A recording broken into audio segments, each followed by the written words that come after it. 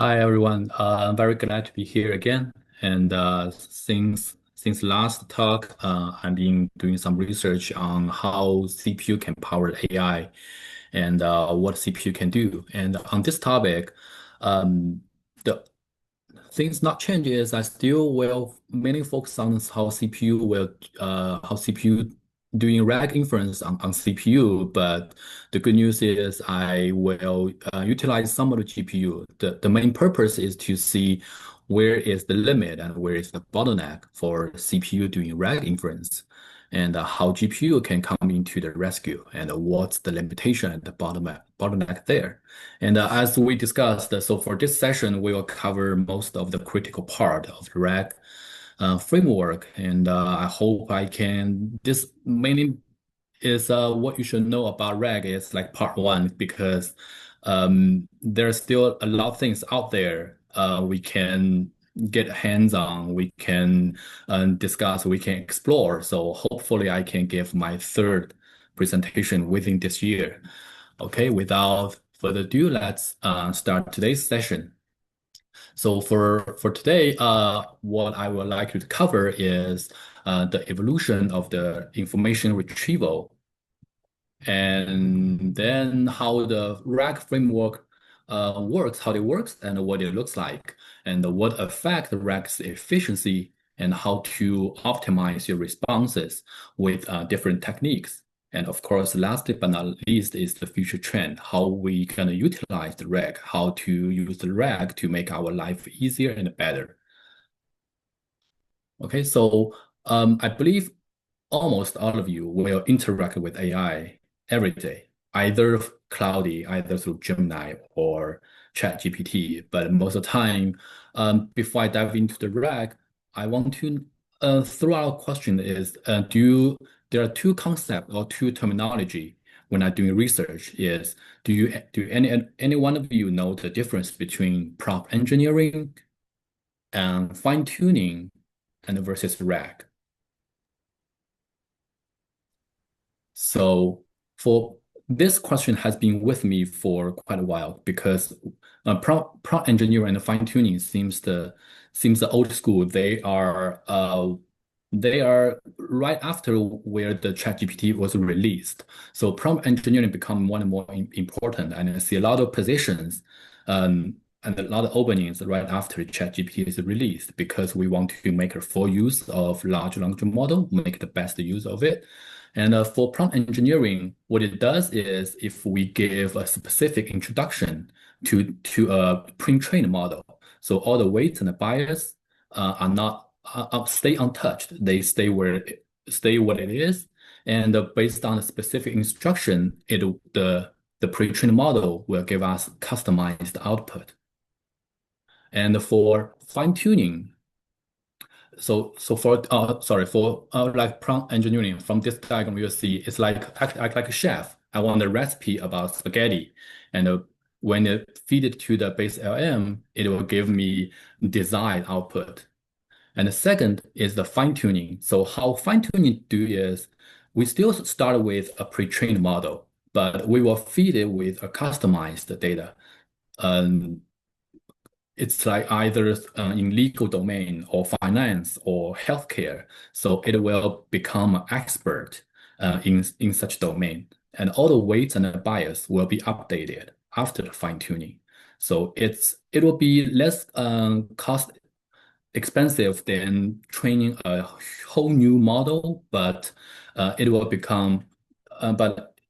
also answer a very good question, become expertise in such domain. So to me, it's like a high school student, a graduate, and attend a college. Now is the time for him to choose a major, and he'll become a graduate, bachelor, master, or PhD. So not only he has full knowledge in that domain, but also he have a good common sense of the general knowledge. So this is how fine-tuning uh, works. And of course, there are different pros and cons. And for prompt engineering, it's best for quick prototyping task and also for some small-scale applications. Of course, the pros is it does not need any expertise, it can use directly. So very simple, very straightforward, but also it's limited to flexibility. If you ask some domain specific question, it will try to hallucination, give inaccurate answers, right? And for fine tuning, of course, it will be very good at some domain specific question, but uh, with the cost of time and money. So normally we spend weeks or months to fine tuning a large language model, and it costs millions of dollars, millions dollars to train it. That's why GPU becomes very critical. So there's no point to train on CPU. We tried, and it is not applicable. So with that being said, there is a balance created, which is called RAG. I see why RAG is very much like the modern society when people want fast learners, want to quickly adapt to the new environment, want to learn stuff fast. So with RAG, what it does is it start with a base LLM as well, but it can feed you new documents so you can learn quickly and provide answers and try to solve problems instantly. So that's where we are and what we do now, right? So for RAG, this is the framework. So mainly there are three parts of the RAG framework. First is the documentation ingestion phase. Second is the query processing phase. And the third is the generation phase. So what the RAG best for is the knowledge-based documentation, and it will always keep information up to date. So either with stock trading, either with legal or healthcare, so you will always know what's going on, and the information is the most recent. So that's the best part of the RAG. So I have a quick demo here. So you see, let's play some around because for a RAG, we need to know how fast it can give us data and how accurate it can give us data. So for this RAG, I built it on the Hugging Face website based on four different websites. One is called Transformer and Dataset and this. So it's like doing web scraper and get all the information and create the database. So the base model, I choose two models. One is embedding model and one generative model. This is called Mistral 7B. So let's say if I say, how are you? And see what it will get to me. Normally it won't take that long. It takes about 10, 20 seconds. And it should give me the answer. And while we're waiting, we can guess what kind of a response we're expecting because it's built on RAG. And So this does not require special knowledge, right? yes, but this is where the prompt engineering come into play. Because if in the prompt I said answer the question only based on the context I provided, if it does not contain it, just say I don't know, then the response varies differently. I see. Yeah. 1 sec. It shouldn't take that long. Okay. So here says I'm expert, but I don't have the ability to feel emotions or do anything other than a process. So this is what it does. And another reason I built this playground is to let you feel. If I click this, enable Intel Apex, let's see. So this is what the RAG did, and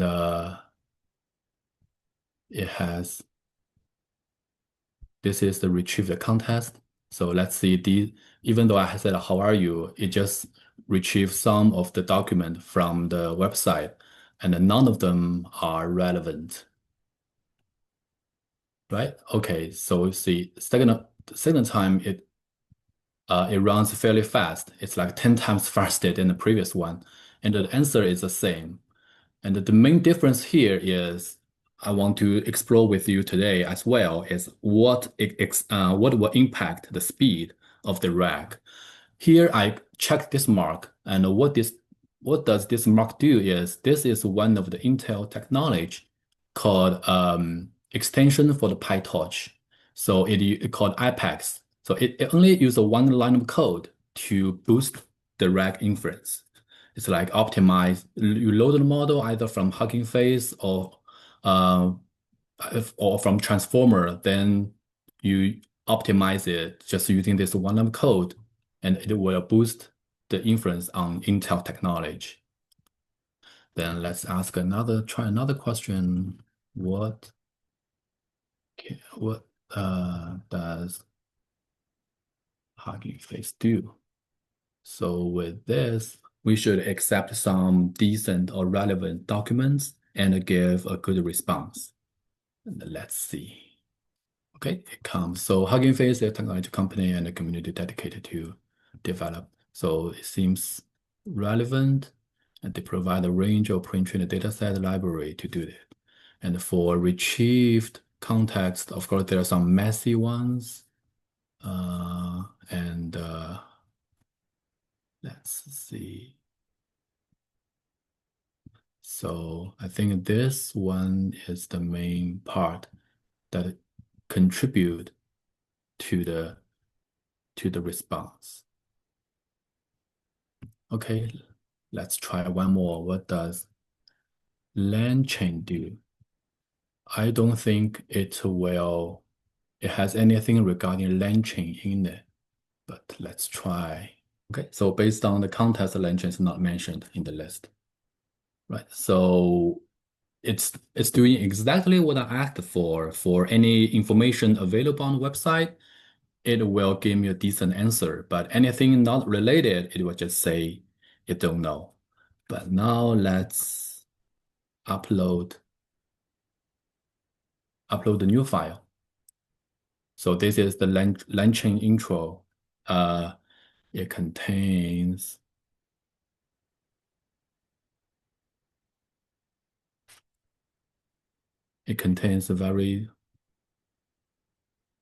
some information about the LangChain.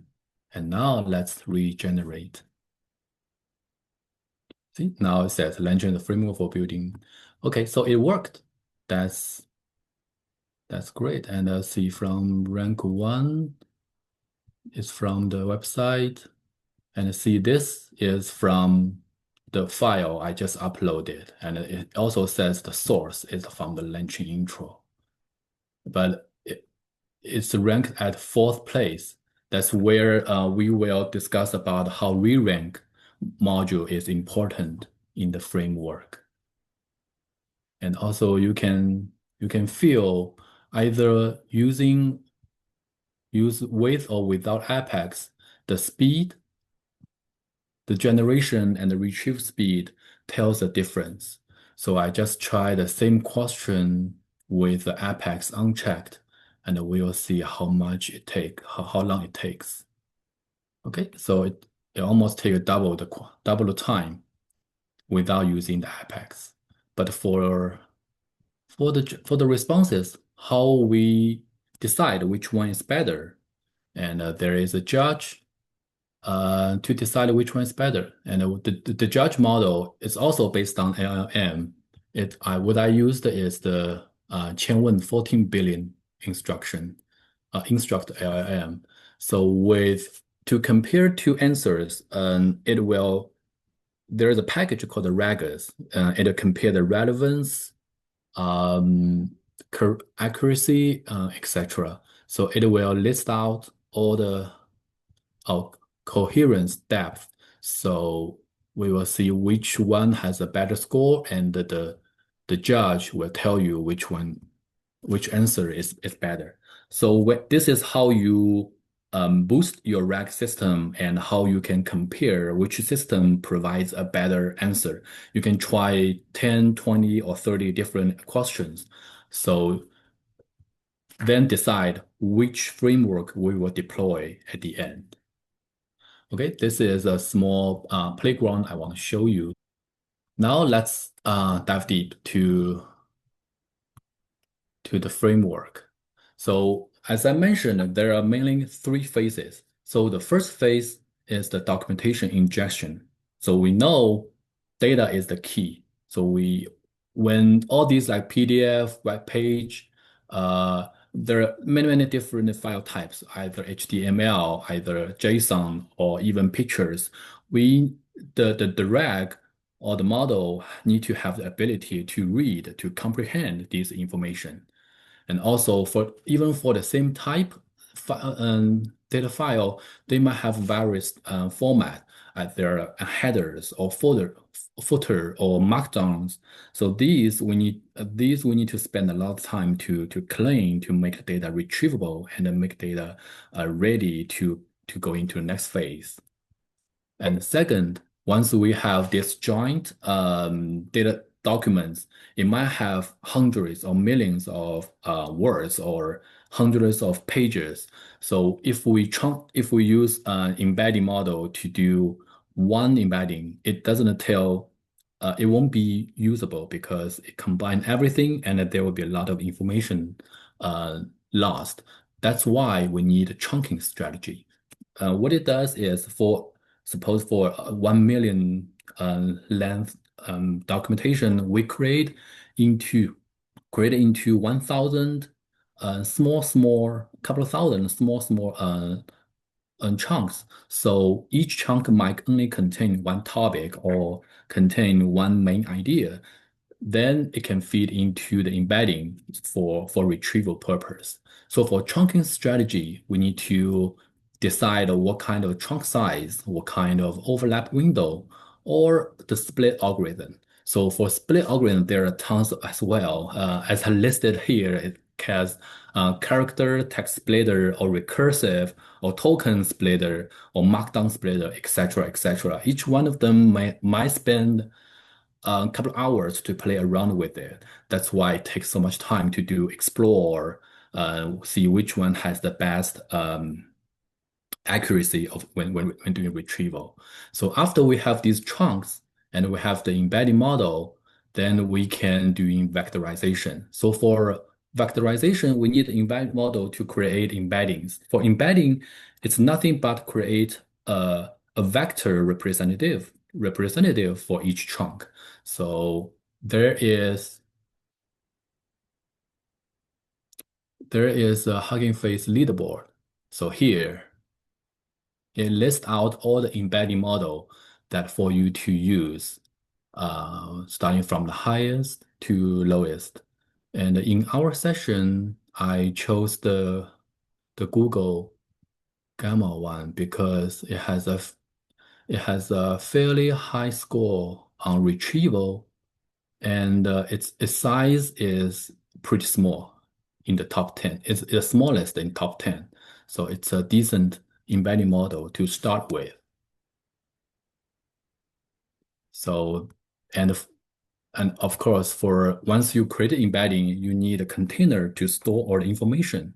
For this vector database, we have plenty of options as well, which are open source, either Chroma files or PyCon. You just Google it. These are very decent and free to use. And the second phase is the query processing. I consider they're all important, but this one is the most critical one. So for query, once a query, before the query going to the retrieval part, we have a query enhancement. And the reason why this exists is users can be, there are different users and their questions can be different as well and be ambiguous. So query enhancement, we have query expansion, which means when you ask about like CPU memory, if you just say CPU memory, and it will expand the query into explain how CPU memory works and uh, what is CPU memory, etc. So it will better to retrieve the information from the database. And the query decomposition is the other way around. Sometimes you build a very large or a very general question like how to build a rocket. Okay, so it will use the query decomposition and break into 4 to 6 subqueries, like what the material needed to build a rocket, what knowledge needed to build a rocket, etc., etc. So for each subquery, it will go to the retrieval part, get the information, get answer, then summarize together to um, to generate a final answer. And hide is hypothetical document embedding. So how it does is, so suppose you ask a query and there is a LLM generate a hypothetical response, and the embedding model embedded this hypothetical response, use this embedding to retrieve the relevant information from the web database. So as you can tell, this approach will be more cost expensive and takes more time. So that's query enhancement. And the second is the information retrieval. So we have sparse retrieval, dense retrieval, and hybrid. Hybrid is nothing but combined of the sparse and the dense. You can assign different weight to see which part plays a more important role in this hybrid retrieval. And next is after you retrieve all the relevant information, since the embedding model was supposed to be light, is designed to be light, it needs to be fast to go through millions of different embeddings and get the top 10 or top 20 embeddings into the similar search. Then the re-rank the purpose of the re-ranking is they might not reflect the correct order. So you utilize another bigger or more sophisticated LLM to re-rank these retrieved documentations, see how relevant they are to the query. So that's what the re-rank do. Of course, it adds more complex to the framework and more time consuming. And next, we will go into some math, but won't be too much because retrieval is so critical and important. So for sparse retrieval, we have TF-IDF or BM25. This is a lexical matching, which invented back in 2009. And the dense retrieval is very popular. I think everyone knows. Like BERT, we create a embedding. It's more of like a semantic matching. So this is introduced in 2018. So let's see how TF-IDF works. I don't want to scare, not scared. So this is not that complicated because I saw the chat in our group chatting says deep math might not be needed to learn AI, but learn some math, new from A to B, you know how to, instead of how to utilize B, you know how from A get to B is also important. So like TF-IDF, you use, let's see the example here. So suppose there are two sentences. So one is the car is driven on the road. The other is the truck is driven on the TF do is the TF means term frequency. So with these two sentences, it creates a corpus with all the words. Then for each sentence, see how many this word appear in each sentence. So for the in sentence A, it appear once, and there are a total of 7 words in it. So term frequency is 1/7, same as B. And the inverse IDF, so essentially TF-IDF is like a score. It measures how important a word to one document because it may has a high frequency, but also it's really on the overall collection of the documentations. So it will become important when you are doing retrieval. So you see like it appear in both sentence A and sentence B. So like the inverse IDF is 0 because when your query including it gives not it didn't give much of information. So the weight assigned to the is 0. But for car, you see the car is only exists in sentence A. So the IDF, it means it has some weights over different documentations. So it has different weights assigned. It has assigned more weights to sentence A than sentence B. With all the corpus, it has all the weights. And why it called sparse? Because for this corpus, like sentence A, most of the word shows 0.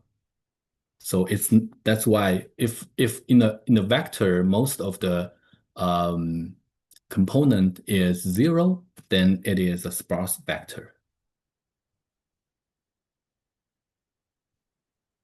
And secondly, let's do the bird semantic matching.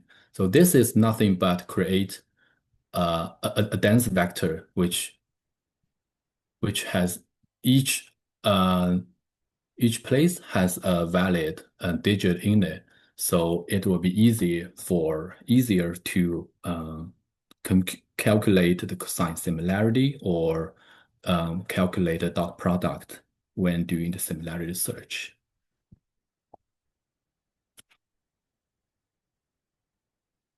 And the last but not least is the generation phase. So generation phase, there's a couple of components as well. First is the generative LM. So we have text-based language model or multimodal, which can read image or even voice, etc. And after you select it is the prompt engineering.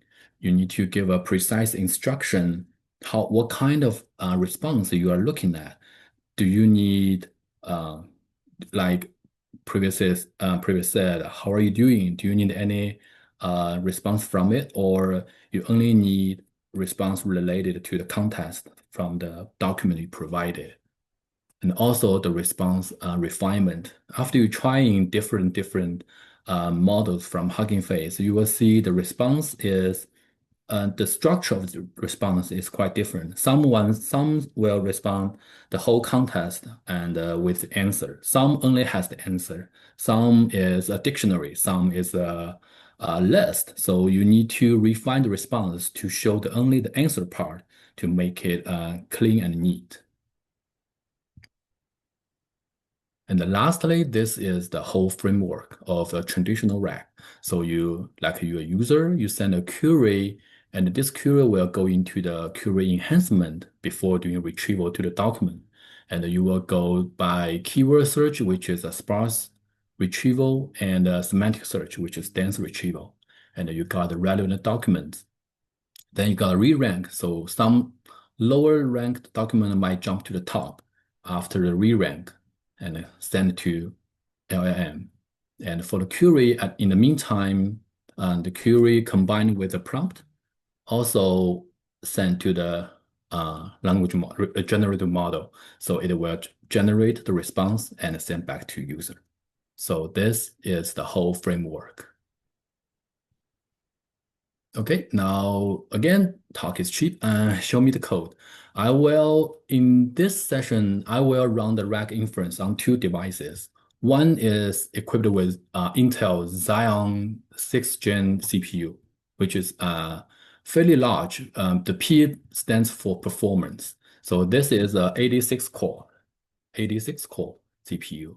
And another device is AMD 4th Gen equipped with 80 GB H100 GPUs. So this is a decent, good GPU as well. And the main purpose is I want to see among this framework, at which point CPU, the speed, the accuracy is not applicable on CPU, but the GPU can still handle it. And what's the bottleneck of GPU? So this is import everything from LangChain. I built the RAG system mostly from using LangChain and get model from Hugging Face. So this is the prompt. Let's go to here. So the documents I used is called LangChain and True AI. This is that. So mostly this is only contain text. So with LangChain, it could break into different paragraph. So it can be well retrieved.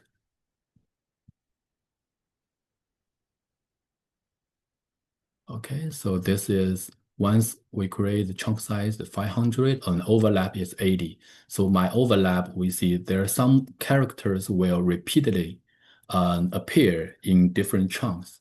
Like see, this is lies concept of chains, which are, so here is lies concept of chains, which are, so this is how wide the chunk overlap means. Then we use the Google embedding to create the embedding. And we use the Qianwen 2.5 7 billion model. So it's a fairly still considered as a small language model as it's below 10 billion, but it can provide a decent and great response. So you load it. And this is query rest. Query list. We ask 3 questions. What is LangChain? What does LangChain use memory and agent compared to the Crew AI? So this is fairly simple. This is contains more topics. And lastly is who is Kelvin He? And as expected, it would say not enough information. So this is a simple RAG chain with simple vector store retriever. What I call simple is just straightforward using recursive character text splitter. So this is the most popular one because there is a character text splitter. The downside of this is it will cut words. Like if it says 500 size, it will cut the chains, cut at CH, and it start a new trunk. So it will not good for the continuous or the complete of the trunk. But the recursive, it will make sure the word as a whole is inside one chunk.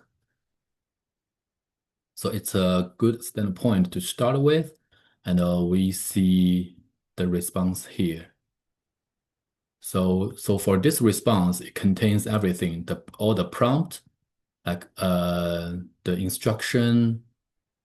Even though I said do not include assistant or repeat answer, it still has everything. Like the answer is the LangChain is two powered by large language model that specifies process building. Looks good. And the second question is, what's the difference? So it has a paragraph displaying LangChain, and see this has some this kind the response gets messy. So there is an end of explanation, says information is not available. I assume it's trying to answer how Crew AI use memory and agent. So it doesn't get enough information. And of course, the last one is short. The information is not available, which is what we expected. Okay, so this is a simple retriever. And let's do semantic trunker.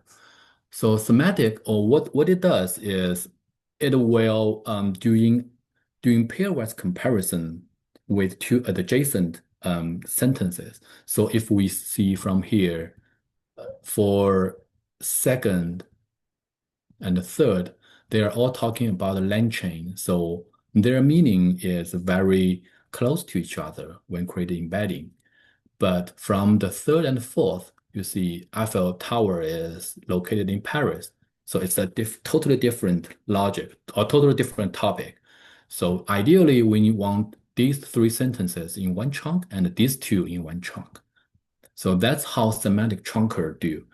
You don't need to specify a chunk size. It will do it automatically by itself. Either if there is a breaking point threshold, you only need to pass this parameter and it will do the magic. So we will see, like for simple chunk, you see for chunk one, it break here, and chunk two has the agent memory and the retriever combined with the Eiffel Tower. So these two has very different meaning, but it combined into one chunk. So when created embedding, it might poison the meaning of the embedding. So based on semantic, so you see chunk one has the whole three sentences, and chunk two is all about Eiffel Tower and Paris. So this is what semantic do. But semantic also may raise some issue when I try is, since it doesn't explicitly specify the trunk size, the trunk size can vary largely. Some trunk size can have 1,000 tokens, and some might be even very small, like 10 or 20 tokens, because either the format of the documentation or different meanings. So it might raise other issues while doing embedding or retrieval, and we'll see. So from here, when I tried actually semantic training, semantic trunking didn't provide a decent response. So you see for the contest, it's trying to retrieve some useful information, but for the answer, it's not. And for the second question, it doesn't do a good job either. So sometimes you just have to try which trunking strategy is the best practice. Now let's go to the hybrid retriever. So this is nothing but a combined sparse and dense. So I assign more weights to the dense and less weight to the sparse, and we will see. So you can see the runtime goes to 18 minutes for 3 questions, which is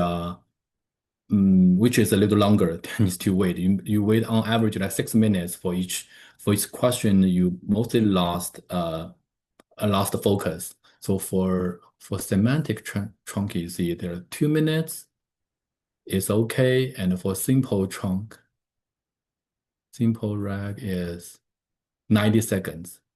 Still 30 seconds for each question, acceptable. So 18 minutes, but let's see, the response is more complete and accurate. So you see for this, use memory like buffer, and it has this on the other hand. So the response becomes a lot better than the simple retrieval or semantic. And the last question is simple. Okay, so this is for different trunking strategy. And next I want to show is the re-ranking.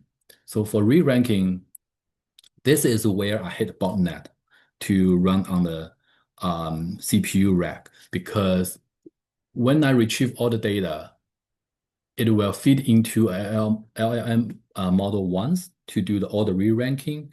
After re-ranking, it will feed into the next model again. So the prompt becomes super large. So you see the re-ranking. This is the simple prompt. You are helper assistant and only answer the information. This is the context and the question. But when you use the re-rank, you are helpful assistant, and based on this user question and the documents. So it has all the retrieved documents inject into this prompt. So it becomes very large, and it will has to follow the instruction and calculate the closeness of each document to the query and reorder it. So this is very computational expensive. For this part, I run almost 2 hours to generate two answers, but the answer seems decent and more complete. But still, there are some messy ones here. Okay, so this, while you're in the re-rank, I hit a bottleneck that CPU, rack on CPU might not be an optimal choice. That's when I switch to the GPU. So for GPU, which I used is H100. So it runs about 6 minutes when using the re-rank, and the answer is very decent. So it has the LangChain, it has the CrewAI, and in summary. And the third one is not available. So this is using GPU. And one more I want to show you is how query decomposition works. So like I mentioned before, so for query decomposition, you use complex query often involve multiple complex concepts. So LLM or retrieval may miss parts of the original question, and it will break into four to six small subqueries, and each one will retrieve. So let's see. So suppose for this, how LangChain use memory agent compared to the CrewAI, it will decompose to four small questions, like how LangChain utilize memory, how LangChain use agent, then how about CrewAI, then how the agent operate in CrewAI. Then with these, it will, for each one of these, it will get an answer. So after get answer for each question, it will include into a summary and give to the user. So this is how query decomposition works. And the next I want to show you is for here we know it runs a way more way too longer. So, but for Intel, it has a new technology called OpenVINO toolkit. What it does is it's like a CUDA equivalent. So it can deploy the model into OpenVINO running backend, and it can using quantization optimization to boost the model inference. So, and with quantization, it will doing calibration by itself, so the accuracy won't drop significantly. So it is very simple to implement. This is called so you import OpenVINO, same as Hugging Face. It's just add OV, like a model for causal ML, a model for visual causal ML. Then you specify the calibration dataset, and in the quantization configure, then you create the quantized model. So it's simple, and it can quantize to int 8 or int 4. It will largely boost the inference speed. And lastly, what I want to show is the multimodal. So this is same as traditional model, but slightly different at the document injection part. So for multimodal, why we need a multimodal is with a lot of files, we not only have text, we have pictures, we have headers or other stuff. So with multimodal, it will break the document into layout, which goes to the metadata. We have the image. This will go to the multimodal.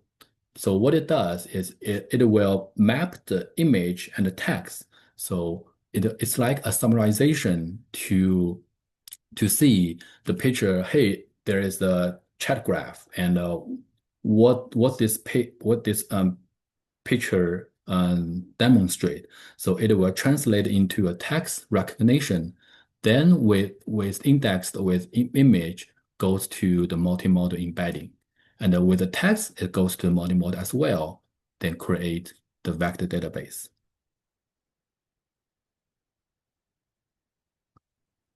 So I'll quickly go through because the process is the same, but how to create a database is quite different.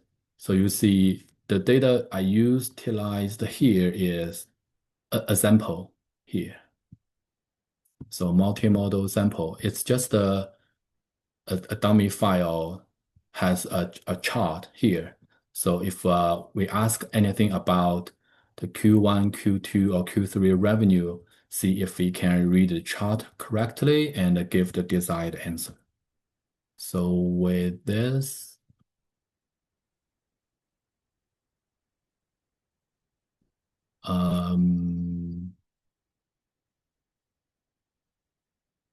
so here is to create the text embedding, and here is to create the image embedding. So with image, it creates a text representative to the image, then all stored to the docs. So you see there are two docs. One is text, and this is the content, and the other is the image. So it has the image ID and the image index.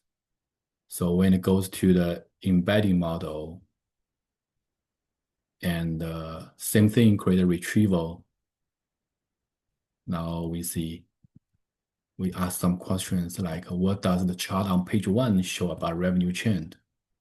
So retrieve from document 2, which is the image.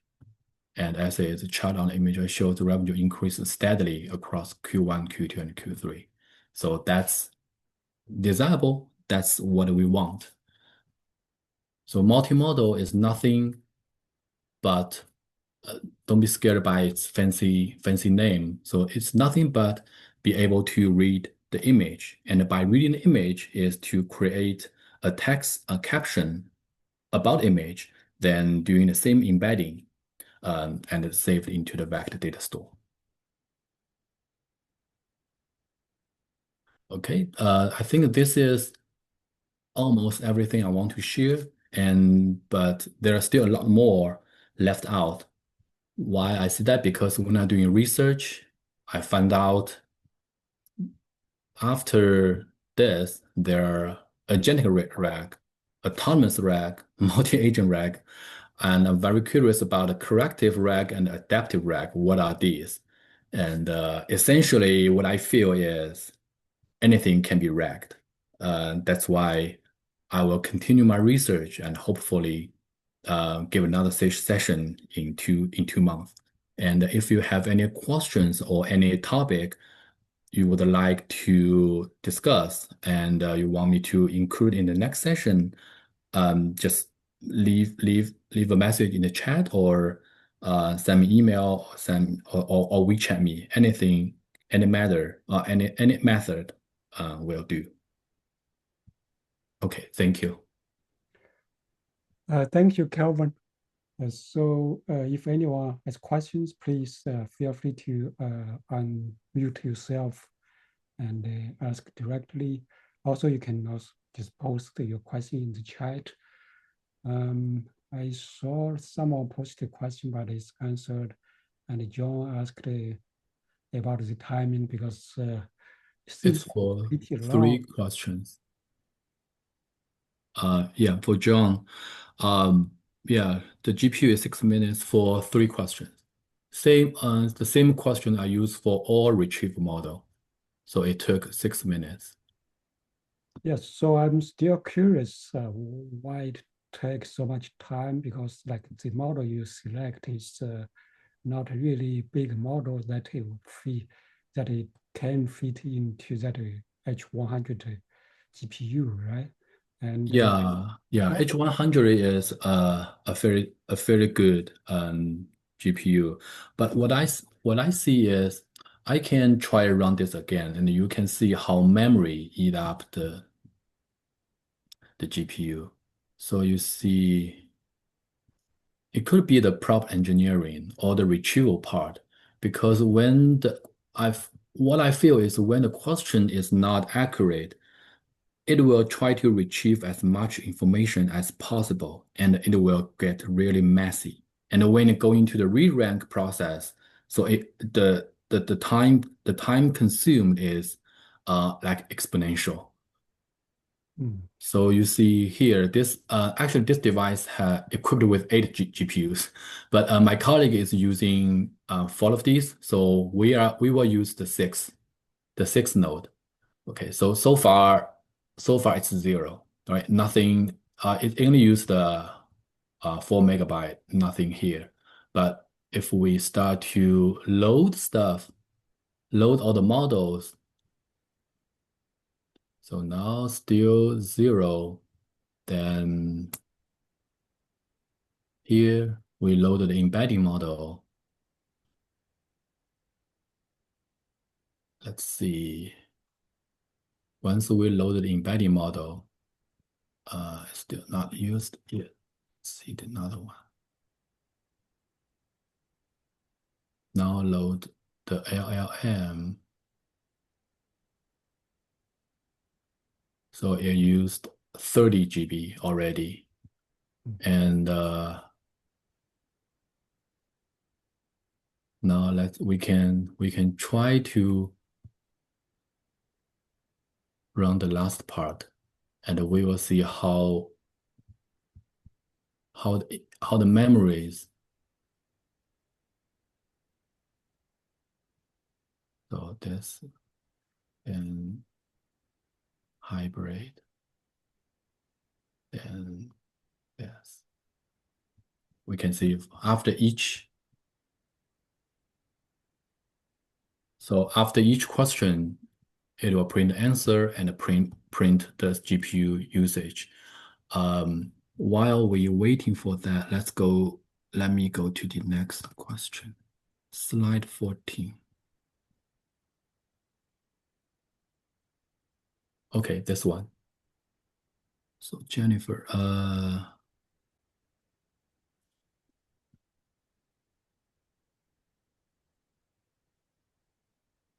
is there any questions, Jennifer, or?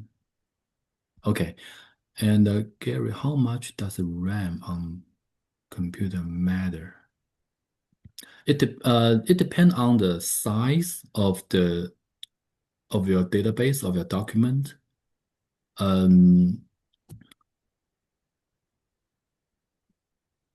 So how much does RAM on the computer matter on retrieval time? That's a very good question. I haven't done such sensitivity analysis, but I can do some tests on this. I can try. I assume you are referring to CPU, right? CPU RAM. I can run on a small RAM and try a big RAM with the same documentation size, and test the retrieval time. Yeah, let me write that down. Yeah, I assume it will have an impact, but we didn't do any sensitivity analysis. How big of an impact? go ahead, please. Yeah, I heard someone has a question.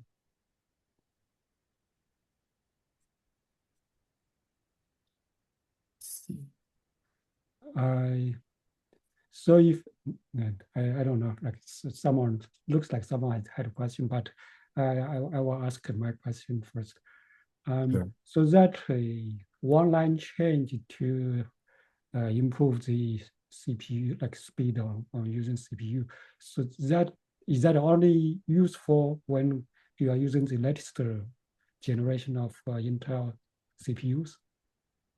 Yeah, for this is a software level and software accelerator. So as long as you import this package, and you can use on any type of CPU. Mhm. Yeah, so this is software level. So it Okay. doesn't matter which one you use. Yeah. And if you are actually using the GPU, then this will probably not have effect to your, Uh, right? no, it compatible with GPU, but Yes. I'm not sure if it's Intel GPU only or not, because we don't have uh, Gaudi GPU in our lab, so I never tested on it. And I haven't tried on NVIDIA or AMD. Okay. Yeah, but that's a good question. Let me write that down. So you want to know if this IPAX works on GPU, especially on NVIDIA or AMD GPU. Yeah, I just want to see like if I just add this one line to my code Yeah, yeah. to make a bigger difference. Because actually I have a Mac, so I'm not using Intel GPU CPU, so it will not help here. But if like I'm using a cloud computer, a computer in the cloud, and they may be, I don't know, whatever CPU they are using. It will, I right. see. Mm. So you see, okay. So first question is ready, and you see 80 GB of the RAM is already used space. So after three questions, I remember it's close to 70 or 65. So you will see the space eats up very quickly for such small questions. Yeah, is it like loading the model itself is using most of the memory, and Yeah, the yeah. notebook itself, I think it's small, right? So like you upload it, it's probably a few megabytes.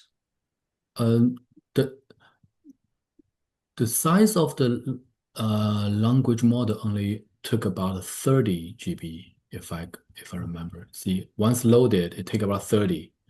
But when you create a retrieval, save the document into memory, and after the re-rank, it it grows to 60 very fast. So and it only goes one question so far, and it's generating the second and the third. So how to efficiently utilize GPU memory, and how to like segmentation or segmentate into different GPUs um, is another area that we or I need to do some research.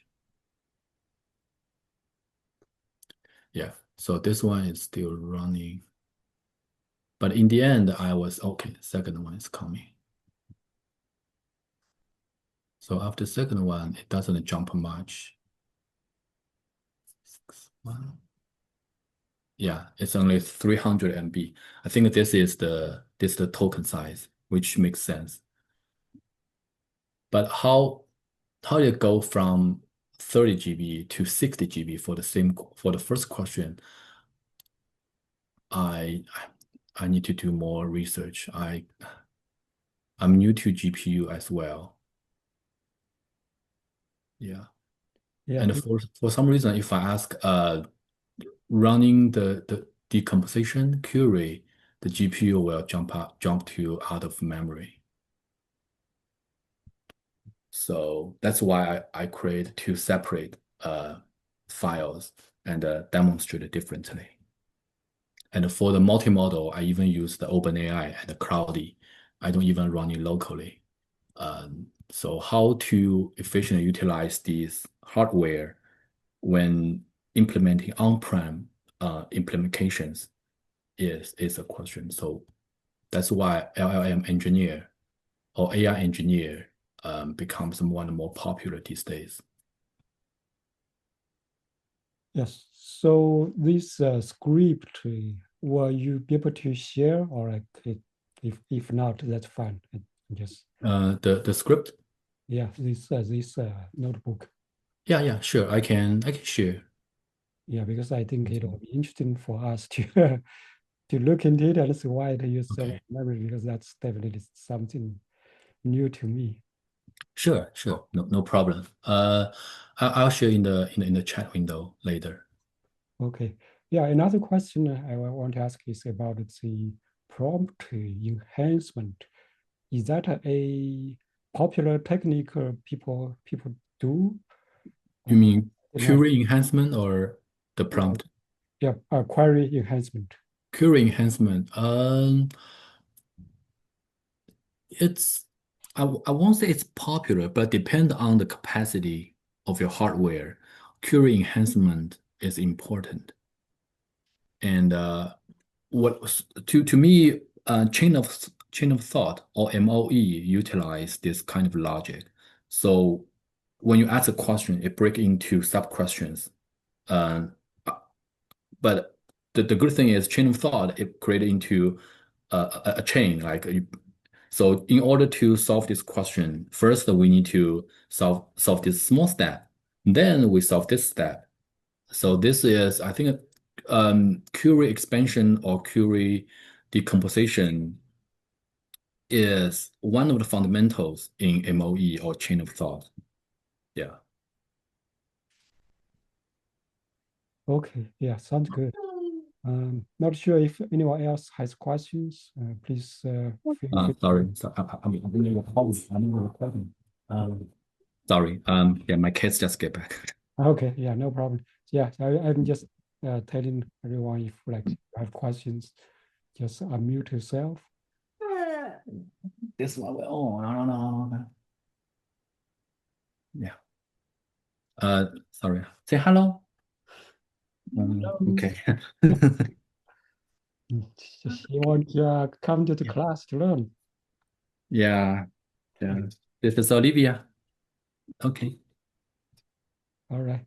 Um, yeah, so I guess I will just take a minute to share two of our events in next couple months. Yeah, sure. There's still a lot. If anyone interested in any other racks related or other topic, feel free to send me to send me a message. The good part of me is I have most of the hardware available in our lab. Uh, yeah, so I can do some tests and see why AI is everywhere, but why implement AI applications so difficult, and why 90% of the enterprise actually lost money, didn't earn money when implementing AI. And so when doing RAG, I kind of feel it, I kind of understand it because a lot of things are so messy. And the LLM is just function like a black box. You never know what it will give to you. Even with the same question, save retrieval data, I run like 10, 20 times for the same query. And even I set the temperature to 0 and the dew sample is false, none of the answers are exactly the same. So how to reduce hallucination, how to improve the accuracy becomes the key. Welcome. Yeah, I saw someone had a question. Yeah, Irene, please just. Hi, thanks for your presentation today. This was high, high level coding for me, but the reason I joined is because I genuinely want to understand RAG. I understand LLM, well, not fully, but I do understand standard understanding and also agentic AI. And now RAG AI. So can you give me as if clearly you have spent a lot of time working Mhm. on this. Mhm. Can you explain to me very simply with an example, like how, let's say I have to explain to you have a child, 5-year-old, how would you Mhm. explain this? Um, yeah, that's a great question. So you want to explain the rag to a 5 years old. Yeah. So suppose you are in school, you learn a lot of knowledge, and someone just ask a knowledge that you don't know. But in the meantime, this person give you a book or give you some paper says after you read it, you can answer me. So this is what RAG is. So it's another book to help you. Yeah, it's another book. Yes. Help him answer the question. Okay. Yeah, hope that makes sense. Yeah. So who gives this book? The Uh, developer? The math Anyone. scientist? Could be the person who asked the question, or can be uh or can be a library. So Library. So yeah, you can be a are library. So people are asking him a question he doesn't know, then you go to the library, find the related inform find the right book, read it, then you are able to answer it. so you are helping AI, LLM Hmm. specifically to Hmm. help you to answer Yes. with AI, reg AI. Yes, with Rec Do I AI. understand this correctly? Yes? Yeah. Uh, Well, I said Rec is a framework. Uh, so LM is the language, it's the brain, and the Hmm. Rec is a framework. We feed new knowledge to this brain so Hmm. that the brain can answer questions. Okay. Yeah, but that's a good question. I'll try to explain to my son what Rec is and see how he responds. Okay. Thank Yeah, you. yeah, thank you.